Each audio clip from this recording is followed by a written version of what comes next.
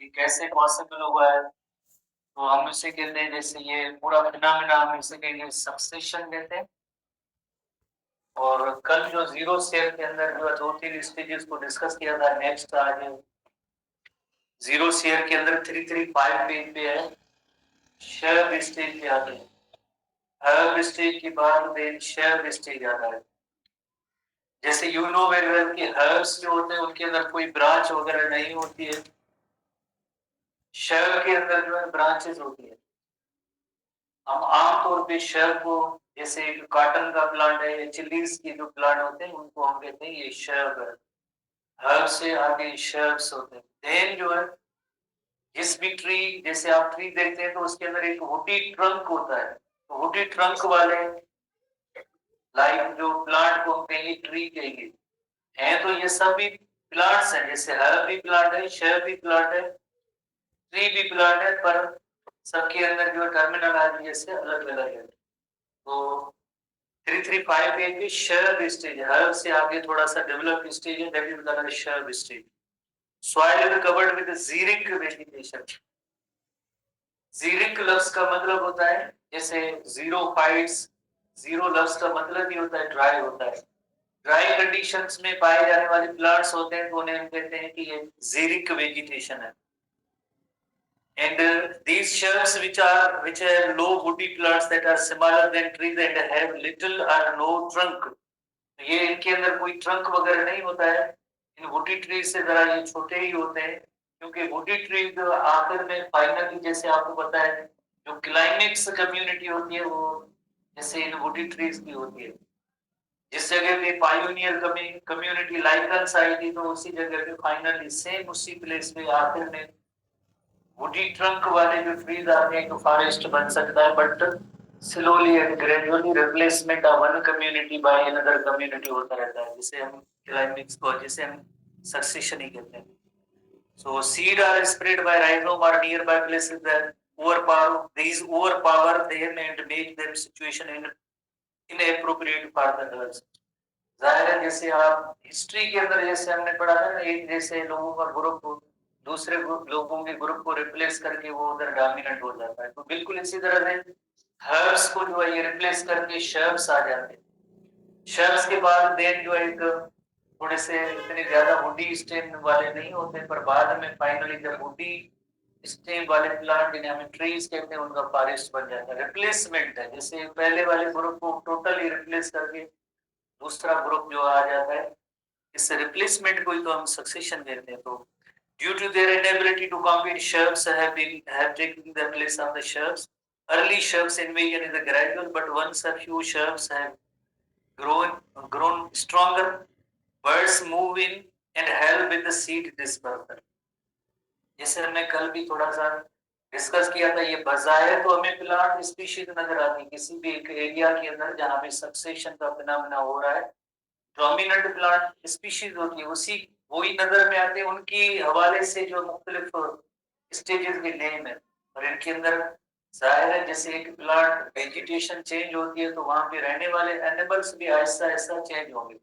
जैसे जब हर्ब होते हैं तो जाहिर है छोटे छोटे इंसेक्ट टाइप के जो होते हैं, बड़े एनिमल वहां पे सरवाइव नहीं कर सकते। जब जाहिर है थोड़े से शर्ब्स हुए और देन बाद एक ट्री बनेंगे तो जाहिर है बर्ड्स भी उधर ज्यादा आएंगे। इधर तो बर्ड्स वो नेस्ट का बनाएंगे, तो उनकी खाने वाली चीजें सीड्स फ्रूट वो भी नहीं होंगे, तो जाहिर है उधर बर्ड्स की इतनी अर्ली स्टेज में ज्यादा स्पीशीज नहीं आएंगी। तो Aahista Aahista slowly and gradually जैसे प्लांट स्पीशीज में चेंजेस आ रहे होते हैं, तो एनिमल भी ऐसे ही चेंज होते रहते हैं। तो as a result there is the dense growth, shedding of the soil and creating unfavorable condition for the herb growth, which causes the herbs to migrate। उसके बाद यकीनन उस जगह पे हर्ब नहीं होंगे। और फिर फाइनली जो आखिरी स्टेज होता है जिसे हम कहते हैं climax stage, some shade loving herbs and shrubs that are acclimated to the humid environment and appear in the shade and create their own community। जैसे अक्सर आपने देखा होगा कि जहाँ भी बिग ट्रीज होते हैं तो नीचे कोई घास वगैरह वहां पे नहीं होता है, पर कुछ छोटे मोटे ऐसे प्लांट्स हो सकते हैं जो शेड लविंग होते हैं, वो जरूर इधर होंगे। अदरवाइज जहाँ पे बिग ट्री बन जाते हैं, फॉरेस्ट बन जाते हैं, तो फिर देन दूसरी प्लांट कम्युनिटी उसके नीचे वो वहां से नहीं पाई जाती है और किसी जगह दूसरी जगह पे वो अपने आप को स्टेब्लिश करता है। तो जो शेड लविंग होंगे तो यकीनन इधर होंगे, बाकी नहीं। After an extreme long period of time, the climax stage appears when perfect harmony between the plant communities and their habitat emerges. The earliest tree species are largely xeric. शुरू में जो प्लांट स्पीशीज जो tree बनते हैं वो xeric होते हैं। xeric की मीनिंग होती है ड्राई करने, बिकॉज बियर रॉक से जो है ये इतना फॉरेस्ट जो बना है, तो जाहिर है अभी सॉइल के अंदर इतना ज्यादा वाटर होल्ड करने की उनमें इतनी सलाहियत नहीं होती है, तो xeric कंडीशन होती है। The xeric plants are replaced by mesophyte kind of trees as the weathering process started and soil becomes deeper.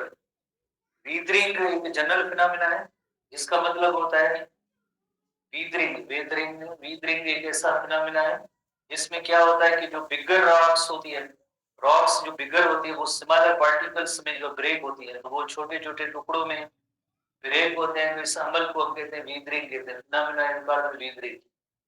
Bigger rocks are broken down into smaller soil particles, process is called the weathering. तो शुरू में जैसे ये xeric condition है, जब weathering का अमल होगा तो फिर देन जो मेसोफाइटिक प्लांट्स वहां पे अपने आप को स्टेब्लिश कर सकते हैं due to the weathering process. ठीक है, जैसे कभी कभार ये जो कंस्ट्रक्शन का मटेरियल है जिसके अंदर रेती के अंदर आपको गोल गोल पत्थर नजर आते हैं, तो हम सोचते हैं कि ये गोल कैसे बने, किसने ये इनको गोल बनाया, किस फैक्ट्री से बन के। ये वीदरिंग प्रोसेस का नतीजा होता है, जहाँ से जो है पहाड़ों से जो रिवर जहाँ से निकल गया है वाटर के जैसे एक प्रेशर से उनकी रोलिंग होती रहती है, टूटते रहते हैं, और उसकी वजह से जो है इतनी जो है स्मूथनेस उनके अंदर आती है। ये वीदरिंग प्रोसेस होता है। जो बिगर रॉक्स स्मॉलर रॉक्स के अंदर या सॉइल के अंदर टूटने का जो अमल होता है उसे वीदरिंग वीदरिंग प्रोसेस। उसके बाद जैसे हम नेक्स्ट जो टाइप है इकोलॉजिकल सक्सेशन का, जैसे हम कहते हैं जीरो सीयर के बाद हाइड्रोसीयर है। हाइड्रोसीयर का मतलब होता है कि जैसे एक ऐसी प्लेस या जगह, जैसे कोई रोड साइड पे आप देखते हैं कोई एक डिच है, खड्डा है, गड़ा है, कोई पॉन्ड है, कोई लेक है, वक्त गुजरने के साथ साथ उनके अंदर कई चेंजेस आती रहती हैं। जैसे आप भी देखते रहते हैं कि वो पानी खत्म हो जाता है, तो देन वहां पे छोटे मोटे प्लांट्स पैदा होते हैं, देन जो है कुछ जो है शर्ब्स पैदा होते हैं। कौन कौन से होते हैं, लाइक हमें वही थोड़े से डिस्कस करने और अल्टीमेटली उसी जगह पे एक जो है बिग ट्री वाला जो फॉरेस्ट बन जाता है। स्टार्टिंग कहाँ से हुई है? स्टार्टिंग हुई है वाटर बॉडी से हुई है। तो इधर यकीनन जो स्पीशीज होंगी तो नेम कहेंगे पायोनियर स्पीशीज। पायोनियर स्पीशीज जिनके अंदर जो है जो शुरू में जैसे कुछ फाइटोप्लैंक्टन्स आते हैं जिसके अंदर अल्जी, ग्रीन अल्जी, साइनोबैक्टीरिया, फोटोसिंथेटिक ऑर्गेनिज्म होंगे। जहाँ भी जैसे लाइक ऐसे वाटर बॉडी होती है तो उस जगह पे सबसे पहले जो है फोटोसिंथेटिक ऑर्गेनिज्म होते हैं। वक्त गुजरने के साथ साथ उनमें जो है replacement of one community by another community होती रहती है, और टिल द क्लाइमेक्स कम्युनिटी, जैसे ये ट्रीज या फॉरेस्ट है ये क्लाइमेक्स कम्युनिटी है। ये क्लाइमेक्स कम्युनिटी इसी जगह पे जहां पे पहले पानी मौजूद होता है उसी जगह पे ऐसे बड़े ट्रंक वाले ट्रीज बन जाते हैं। Orderly replacement of one community by another community. जैसे आपको बताया हमने जीरो सीयर के अंदर स्टेजेस जो पढ़े उनके भी नेम जैसे प्लांट स्पीशीज से अकॉर्डिंगली लिया, तो ये हाइड्रोसीयर के अंदर भी जितने भी सिरल स्टेजेस आएंगे उनके नेम भी डोमिनेंट प्लांट स्पीशीज के अकॉर्डिंगली हर स्टेज का नेम दिया जाएगा। तो सबसे पहले जैसे आप फाइटोप्लैंक्टन स्टेज पे आ गए, जो पहला पहला स्टेज है पायोनियर स्टेज जो होता है किसी भी हाइड्रोसीयर के अंदर, वो फाइटोप्लैंक्टन है। फाइटोप्लैंक्टन एक कलेक्टिव टर्म है, ग्रुप का नेम है, जिसके अंदर ग्रीन एल्गी भी आ जाते हैं, साइनोबैक्टीरिया भी आ जाते हैं, जो फोटोसिंथेटिक ऑर्गेनिज्म होते हैं इकोसिस्टम के अंदर, प्रोड्यूसर जिनका रोल होता है। ये उस बॉन्ड इकोसिस्टम के अंदर या कोई भी एक डिच है, कोई वाटर बॉडी है, तो उधर सबसे पहले अपने आप को आके स्टेब्लिश करेंगे उस जगह पे, वो होंगे फाइटोप्लैंक्टन स्टेज होगा। और यू नो वेरी वेल किसी भी इकोसिस्टम के अंदर जो प्रोड्यूसर्स होते हैं इंटायर इकोसिस्टम को ड्राइव वो प्रोड्यूसर ही करते हैं। दायरा जब प्रोड्यूसर्स अपना फूड मैन्युफैक्चर करेंगे तो हर्बीवोर जिंदा रहेंगे, कार्निवोर जिंदा रहेंगे, टॉप कार्निवोर टोटल डिपेंडेंट जो होंगे वो सब लिली प्रोड्यूसर्स भी होंगे। तो प्रोड्यूसर एकदम कोई ग्रीन प्लांट्स इधर नहीं आएंगे, यकीनन वाटर बॉडी है तो पहले फाइटोप्लैंक्टन स्टेज वाले चलने के ऑर्गेनिज्म आएंगे, देन थोड़े से एक्वेटिक प्लांट्स डेवलप होंगे और स्लोली एंड ग्रेजुअली जैसे ही पानी उस जगह का खत्म होगा तो देन जो फाइनली आखिर में जो ट्री जैसे बन जाते हैं। Anyway pioneer stages important stages होते हैं जिनके नेम याद करना जरूरी होता है। तो microscopic photosynthetic organism primarily consisting of algae and cyanobacteria. Algae और साइनोबैक्टीरिया ये फोटोसिंथेटिक होते हैं और ये जो फाइटोप्लैंक्टन स्टेज है। Drift in water bodies, drift की मीनिंग हो फ्लोटिंग करना। जैसे अक्सर आपने देखा होगा कि जहां भी एक वाटर जो खड़ा होता है उसके ऊपर जो कई ऐसे ग्रीन कलर का एक लेयर होता है आपको जो नजर आता है, उसके अंदर ये ग्रीन एल्गी होते हैं और साइनोबैक्टीरिया होते हैं जो उसके ऊपर ड्रिफ्ट कर रहे होते हैं, फ्लोटिंग कर रहे होते हैं। तो ये ड्रिफ्टिंग इन नेचर जो होते हैं। In ocean lakes and rivers the phytoplankton stage is essential for aquatic ecosystem as these organisms form a base for the food chain. जैसे you know very well primary producers and entire food chain की जो है जो basics या जो entire ecosystem के अंदर जो फूड प्रोवाइड करेंगे आगे फूड चेन के थ्रू वो प्रोड्यूसर्स ही होते हैं, eating and being eaten. They serve as the primary producers converting solar energy and nutrients into organic matter and which are then become a source of food for other organisms. किन organism के लिए source of food है? जैसे जू plankton के लिए, जू plankton के अंदर कुछ नाइजीरियंस भी आ जाते हैं, ये भी कलेक्टिव टर्म है। नाइजीरियंस हैं, कुछ यूरोकार्डियंस भी होते हैं, तो ये कलेक्टिव जैसे उन्हें हम कहते हैं जू प्लैंक्टन। सिंपली फाइटोप्लैंक्टन को कंज्यूम करने वाले जू प्लैंक्टन होते हैं और स्मॉल फिश भी होगी और अल्टीमेटली लार्जर प्रेडेटर वगैरह, उन सब का जो फूड जो है ये फाइटोप्लैंक्टन से ही प्रोवाइड करेंगे। उसके बाद सबमर्ज्ड स्टेज। सबमर्ज्ड स्टेज का मतलब ये होता है कि जैसे हमने एक हाइड्रोफाइट्स प्लांट की कैटेगरी पढ़ी है जिसके अंदर ये होता है कि अक्सर जो है ऐसे प्लांट्स इनकी रूट्स जो है वो उधर सॉइल के अंदर होती है, उनका लीव्स और फ्लावर टाइप की जो कुछ जो पार्ट्स होते हैं वो फ्लोट कर रहे होते हैं। तो ऐसे प्लांट्स को हम कहते हैं सबमर्ज्ड प्लांट्स होते हैं। जैसे बजाय तो हमें ऐसे ही नजर आएगा कि बस ये ग्रीन पार्ट्स ही है और कुछ भी नहीं, पर उनके नीचे जमीन के अंदर सॉइल के अंदर जो उनके दूसरे पार्ट्स रूट्स वगैरह स्टेम वगैरह मौजूद होते हैं। तो during the submerge stage aquatic plants like algae is not a plant, submerged rooted plants, floating leaf plants are main inhabitants of the water body. These plants are essential to the ecosystem's early development and stabilization. The first organism to colonize them are frequently algae and then buried rooted plants which anchor to the substrate and help the water become more oxygenated. जाहिर green plants आएंगे, photosynthesis होगी और water के अंदर oxygen भी ज्यादा होगी तो और भी ऑर्गेनिज्म एक्वेटिक ऑर्गेनिज्म यहाँ पे आएंगे, सरवाइव कर सकते हैं। अगर ऑक्सीजन वाटर के अंदर नहीं होती है तो जो ऑर्गेनिज्म स्पेशली एनिमल्स जो होते हैं वो सफोकेट होकर मर जाते हैं। किसी भी एक इकोसिस्टम वाटर का इकोसिस्टम हो तो उसके अंदर ऑक्सीजन वाटर के अंदर होना जरूरी है। As the succession develops, floating leaves plant appear, eating the habitat and nutrient recycling. इससे आप एक चीज हमेशा आपके जहन में होगी कि जो भी प्लांट हो या एनिमल हो मर जाते हैं, मर जाने के बाद उनका डेड ऑर्गेनिक मैटर जिस भी सॉइल के अंदर ज्यादा होगा उस सॉइल के अंदर न्यूट्रिएंट भी ज्यादा होंगे और वो दूसरे ऑर्गेनिज्म को यकीनन रिसाइकलिंग का मेथड के जरिए वो न्यूट्रिएंट प्रोवाइड करते हैं। मर जाने के बाद वो जितने भी उनके डेड बॉडीज के कंपोनेंट होते हैं वो रिसाइकलिंग उनकी होती है, डीकंपोजर उनको रिसाइकल करते हैं। तो जाहिर है इधर जो प्लांट्स होंगे और भी माइक्रोब्स होंगे, मरने के बाद उनका डेड ऑर्गेनिक मैटर होगा वो रिसाइकल होता रहता है। स्टूडेंट से एक छोटा सा क्वेश्चन है, अगर आपने रोड साइड पे कोई बारिश का पानी वगैरह जैसे खड्डे गड्ढे में जमा होते देखा होगा, 2-3 महीनों के बाद वो नजर नहीं आता, वो कहाँ जाता है? कहाँ जाता है? एब्जॉर्ब होता है। एक तो चलो ठीक है एब्जॉर्ब हो गया, आस्ते आस्ते। दूसरा इवापोरेट, किसके जरिए इवापोरेट हुआ? सनलाइट के जरिए। और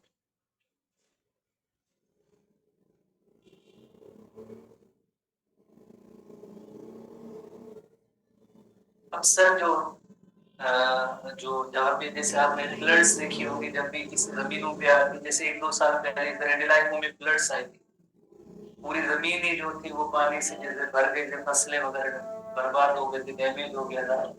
थोड़ा पानी कम हुआ तो पहला फसल जिसने उगाया था जिस जमीन पे, उसके बाद क्या हुआ कि अचानक सराउंडिंग और उस जमीन का पानी जो जैसे खाई नहीं, ड्राई हो जाती है। जब भी ग्रीन प्लांट्स आते हैं, वाटर तो एब्जॉर्ब सॉइल से करते हैं, 90% से भी ज्यादा 98% तक उसको एवापोरेट करते हैं। अक्सर जो इन खड्डों गड्ढों के अंदर जब भी ग्रीन प्लांट्स आते हैं, एवापोरेशन के जरिए वो अक्सर जो वाटर वेपर्स चले जाते हैं। और इसी वजह से हम 2-3 महीनों के बाद देखते हैं कि उसके अंदर जो है पानी बहुत ही कम या खत्म हो गया होता है। और दूसरी सराउंडिंग जो मट्टी होती है वो भी इस पॉन्ड के अंदर आती है, और जो जितने भी ऑर्गेनिज्म मर जाते हैं, जितने डिकम्पोजिशन का अमल होता रहता है, तो ये वाटर भी इसी तरह से आहिस्ता आहिस्ता खत्म हो जाता है। जाहिर है एकदम वाटर खत्म नहीं होगा, इसलिए वाटर टेबल के हवाले से देखेंगे आहिस्ता आहिस्ता खत्म हो रहा होता है। तो उसके बाद एक कीचड़ जैसा माहौल पैदा होता है, उधर भी एक नए प्लांट आते हैं, आखिर में वही जमीन जो सेम होती है, जमीन वो ड्राई होती है, तो एक और नए प्लांट उससे लेके आ जाते हैं। तो अब वाटर की जो डेप्थ है वो भी जिस तरह से आहिस्ता आहिस्ता कम हो रही है, ग्रीन प्लांट्स भी आई, मट्टी भी आई है, तो इस तरह से जो डेप्थ कम हो रही है वो आहिस्ता आहिस्ता वही जमीन जो है अब जो है सूखने की तरफ जा रही है, ड्राई होने की तरफ जा रही है, बिकॉज एवापोरेशन का रेट ज्यादा, डस्टिंग वगैरह वो भी इसके अंदर आ रही है, और जमीन बिल्कुल आगे ड्राई होनी है। तो मुख्तलिफ स्टेज, पहले फ्लोटिंग स्टेज होता है, you know very well, her stage का नेम जो होता है वो प्लांट कम्युनिटी से होता है। फ्लोटिंग स्टेज का मतलब होता है जाहिर है ऐसे प्लांट्स होंगे जिनके कुछ बॉडी पार्ट्स होंगे वाटर से अबव होंगे, फ्लोट करते रहेंगे, तो हम उसे कहेंगे कि ये फ्लोटिंग स्टेज है। 2-3 स्पीशीज में भी उनके नेम जिनके होते हैं नहीं होते, जैसे वाटर लिलीज है, वाटर हाइसिंथ है, डकवीड्स है, प्रेवलेंट। तो इनके जो ग्रीन पार्ट्स, लीव्स वगैरह बिल्कुल सरफेस पे हमें अक्सर ज्यादा नजर आते हैं, तो ये एक फ्लोटिंग स्टेज है। These plants have indentation that allow them to float on the surface of the water, often with their roots submerged. Roots नीचे होती हैं पानी के अंदर, बाकी aerial parts में leaves ऊपर होते हैं। Floating plants are typically able to increase the nutrient-rich environment as they can extract nutrient directly from the water. They also contribute to the overall productivity of the ecosystem by photosynthesizing and converting sunlight and carbon dioxide into organic matter. हमने previous class में पढ़ा था, यहाँ पे जिस तरह से green plant ज्यादा होंगे, फोटोसिंथेसिस का रेट ज्यादा होगा, उसे तो हम कहते हैं प्राइमरी प्रोडक्टिविटी कहते हैं। तो जाहिर है इस एरिया की प्राइमरी प्रोडक्टिविटी ज्यादा होगी, तो जाहिर है प्लांट्स इतना ज्यादा फूड मैन्युफैक्चर करेंगे, उनको खाने वाले भी हर्बीवोर भी उतने ही ज्यादा आ जाएंगे। हर्बीवोर ज्यादा होंगे तो आपकी कार्निवोर भी ज्यादा आ जाएंगे। तो जिस भी जगह पे अगर प्लांट कम्युनिटी ज्यादा होगी, जाहिर है फूड मैन्युफैक्चर करेंगे, और उस एरिया की प्राइमरी प्रोडक्टिविटी भी इंक्रीज होती है। प्राइमरी इंक्रीज होगी, यकीनन सेकेंडरी आगे इस तरह से। नेक्स्ट पेज पे आप आए, रीड सॉन्ग स्टेज। जैसे अक्सर जो हमारे यहाँ इलाकों के अंदर पानी के बड़े कैनाल्स है, ये जो इरिगेटेड लैंड्स होती हैं, उनके किनारे पे आपने एक ऐसा लाइक प्लांट का एक जैसे फिनोमेना देखा होगा, जिसमें इसमें व्हाइट कलर के थोड़े से ऐसे फ्लावर होते हैं, जिनकी ये ऐसे स्टेज जो होते हैं वो ज्वाइंटेड होते हैं। अक्सर जो कच्चे घर होते हैं उनकी छतें होती हैं, उनको जैसे छतें बनाने में वो काम आते हैं। जैसे आम जबान में, लोकल जबान में उसे सर कहते हैं, सर। तो वो ऐसे प्लांट हमेशा जहाँ पे कीचड़ होती है, ऐसे प्लेन लैंड पे नहीं मिलेंगे। जहाँ पे कोई वाटर कोर्स होगा या कोई कैनाल होगा या कोई शाख पानी की गुजरेगी, तो उसके साथ साथ ऐसे होता है, ऐसे लंबे से होता है, तकरीबन से भी 6-7 फीट से भी बड़ा है उनका एक स्टेम होता है। देन लोग उसको कट करके जो छतें वगैरह होती है तो शेड बनाने में वो काम आते हैं। तो वो प्लांट होते हैं, उनकी स्पीशीज को कहते हैं रीड कहते हैं। आमतौर पे जैसे आपने देखा होगा कि रोड साइड में जो जैसे चाय के ठेले वगैरह जो होते हैं उनमें ऐसी छतें बनी होती है, ये पंखे जिसे कहते हैं, अगर लोकल लैंग्वेज में तो पंखे, छत के पंखे, ये नहीं, फैन नहीं, ठीक है, पूरी छत होती है इसकी बनाते हैं, वो रीड प्लांट होते हैं। इनमें रीड प्लांट की स्पीशीज होती है। सवाम उस एरिया को कहते हैं जहाँ पे थोड़ी सी कीचड़ हो, सवाम, रीड सवाम स्टेट। रीड का मतलब वो प्लांट होता है, और सवाम जो एक थोड़ा सा कि अभी मुकम्मल तौर पे पानी जैसे खत्म नहीं हुआ है, थोड़ा बहुत दूसरे इलाके के अंदर अभी कीचड़ टाइप की चीजें मौजूद है, तो इसी वजह से reed swamp stage is called amphibious stage. Amphibious stage because ना मुकम्मल लैंड हुई है और ना ही मुकम्मल पानी खत्म हुआ है, थोड़ी बहुत पानी की क्वांटिटी मौजूद है कीचड़ की सूरत में, और इसे पानी बजाय नजर भी नहीं आ रहा है। ठीक है, तो ये एम्फीबियस स्टेज है। Even though most species are anchored to the ground now, majority of their body parts are still above the water table. Ponds get shallower as a result of plant loss and degradation. जैसे आपको पता है कि पहले pond water या उससे ditch के अंदर जो पानी ज्यादा था, अब जो है कम हो रहा है, शैलो की मीनिंग है जैसे कम हो रहा है, कीचड़ जैसा एक एनवायरनमेंट हो गया है। Plants grow thick vegetation have well developed rhizome, चंदे के प्लांट्स के नेम में सेजिटेरिया टाइपा वगैरह, and there are also animals like Limnia faecia, जो इंसेक्ट्स भी हैं जैसे water scorpion and huge huge bugs. अक्सर यदि कीचड़ और थोड़ा थोड़ा पानी होता है तो बड़े बग्स होते हैं, वो पानी पे चल रहे होते हैं, जो हमें जैसे महसूस होगी कि कोई स्पाइडर है, ठीक है, इस तरह के जो इंसेक्ट भी उधर चल रहे होते हैं, तो ये इस स्टेज की निशानी है। Then seed meadow stage, seed एक ग्रास का नेम है, जो एक ऐसा ग्रास है, ग्रास है जिसमें ऐसे छोटे जो थिन स्टेम होते हैं, इतनी बड़ी इनकी लेंथ भी नहीं होती। मीडो का मतलब होता है पूरी ग्रास लैंड, इंग्लिश का एक वर्ड है, घास पूरे मैदान में फैला होता है। किसी भी अगर आप कैनाल या किसी आप एक ब्रांच या वाटर कोर्स के साथ का जो एरिया होता है, आपको नजर आएगा बिल्कुल एक एक ग्रीन कलर की ग्रास वाला एक सिंगल तिनके वाला एक कोई ग्रास होता है, उसका नेम होता है सीज, मीडो कहते हैं उस पूरी लैंड को कहते हैं। अब देखें आहिस्ता आहिस्ता पानी खत्म हो रहा है उस जगह पे और ऐसे ग्रासेस बनने का अमल शुरू हो गया, तो जिसे हम कहते हैं सीड मीडो स्टेज कहते हैं। Ecological growth of a fresh water ecosystem is known as seed meadow stage of a lake. It happens after the lake has been initially colonized by the floating and submerged vegetation. Emergent vegetation, especially sedges, जो grassy plants हैं, predominates in the region below around the lake during the siege meadow stage. Emergent हम उससे कहते हैं जैसे इनके stem होते हैं ना, स्टेम का काफी सारा हिस्सा होता है वो पानी के अंदर, तो थोड़ा बहुत अभी भी कितने जगहों में पानी होता है, बाकी कुछ एरियल पार्ट्स हैं थोड़े बाहर निकले होते हैं, ऐसे प्लांट्स को हम कहेंगे इमरजेंट प्लांट। इमर्ज लफ्ज आप यकीनन समझ लें, इमर्ज की मीनिंग होती है अराइज होना, तो नीचे थोड़ा सा पानी भी है पर काफी सारे पार्ट्स उसके जमीन के ऊपर होते हैं, such plants are called emergent plants. Emergency नहीं, इमर्ज का मतलब होता है अराइज होना, निकलना, ठीक है। तो these plants have evolved to survive in a moist marshy environment and contribute to the soil stabilization। अब जैसे देखें उस जगह पे सॉइल बनने का अमल शुरू हो गया, पहले सॉइल नहीं था, पहले उस जगह पे वाटर था, अब जो है वो सॉइल बनने का अमल हुआ है। सॉइल बनेगा तो देन अदर स्पीशीज जो होगी प्लांट की वो भी आसानी से, पहले जैसे वो उधर हाइड्रोफाइट थे अब मीसोफाइट हो गए, आगे जो बिग ट्री वगैरह भी बन सकते हैं। सो plant communities and eventually conversion of the lake into the terrestrial ecosystem are made possible by the siege meadow stage। इस स्टेज का बहुत ही एक इम्पोर्टेंट रोल, जैसे ग्रासेस है और बड़ी एक एरिया के अंदर मौजूद है, तो यकीनन रेट ऑफ ट्रांसपायरेशन भी ज्यादा होगी। जैसे मैंने पहले डिस्कस किया था कि जहाँ पे प्लांट्स ज्यादा होंगे ट्रांसपायरेशन का रेट ज्यादा होगा, और जमीन के अंदर जितना भी पानी वगैरह होगा वो फौरन जो है उसका लॉस होगा, तो अब पानी की जगह पे अब जो है जमीन जो क्लियर हो जाएगी, वो एवापोरेट कर लेती है उसको। नेचुरल एक निजाम है। It also makes the simple for organic matter to collect and contributes to the formation of the soil।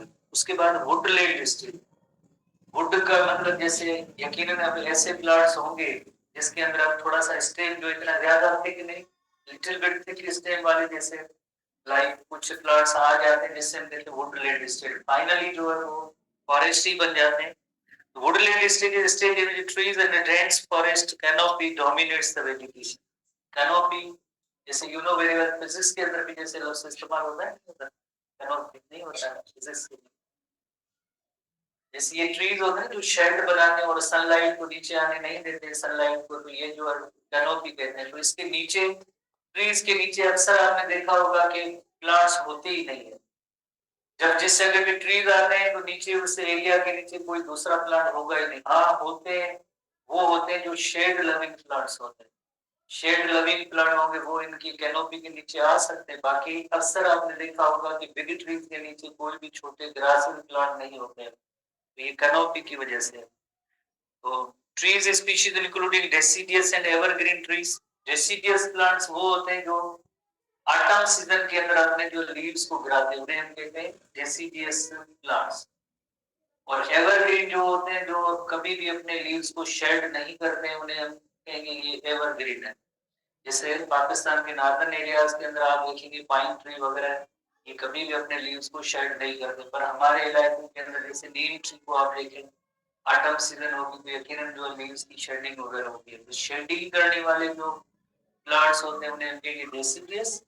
Evergreen की मीनिंग होती है कि उनकी लीव्स कभी भी फॉल नहीं करते। ठीक है, तो ये हम इन्हें कहेंगे evergreen. Woodland stage form A close canopy shedding the forest floor and creating a more shady and diversified habitats. शुरू में जैसे प्लांट्स होते हैं वो तो शेड नहीं बनाते हैं, जाहिर है जब ट्री बने तो उनकी ब्रांचेस वगैरह ज्यादा होंगी तो ये कैनोपी बनाएंगे। कैनोपी के नीचे भी कुछ प्लांट्स होंगे, पर वो आहिस्ता आहिस्ता फॉरेस्ट बनने का अमल जो अब शुरू होगा। आखिरी जो क्लाइमेक्स स्टेज होता है फाइनल, क्लाइमेक्स का मतलब ये होता है जैसे final stable community climax community. So climax is the final stage of ecological succession in which trees eventually dominate the woodland community.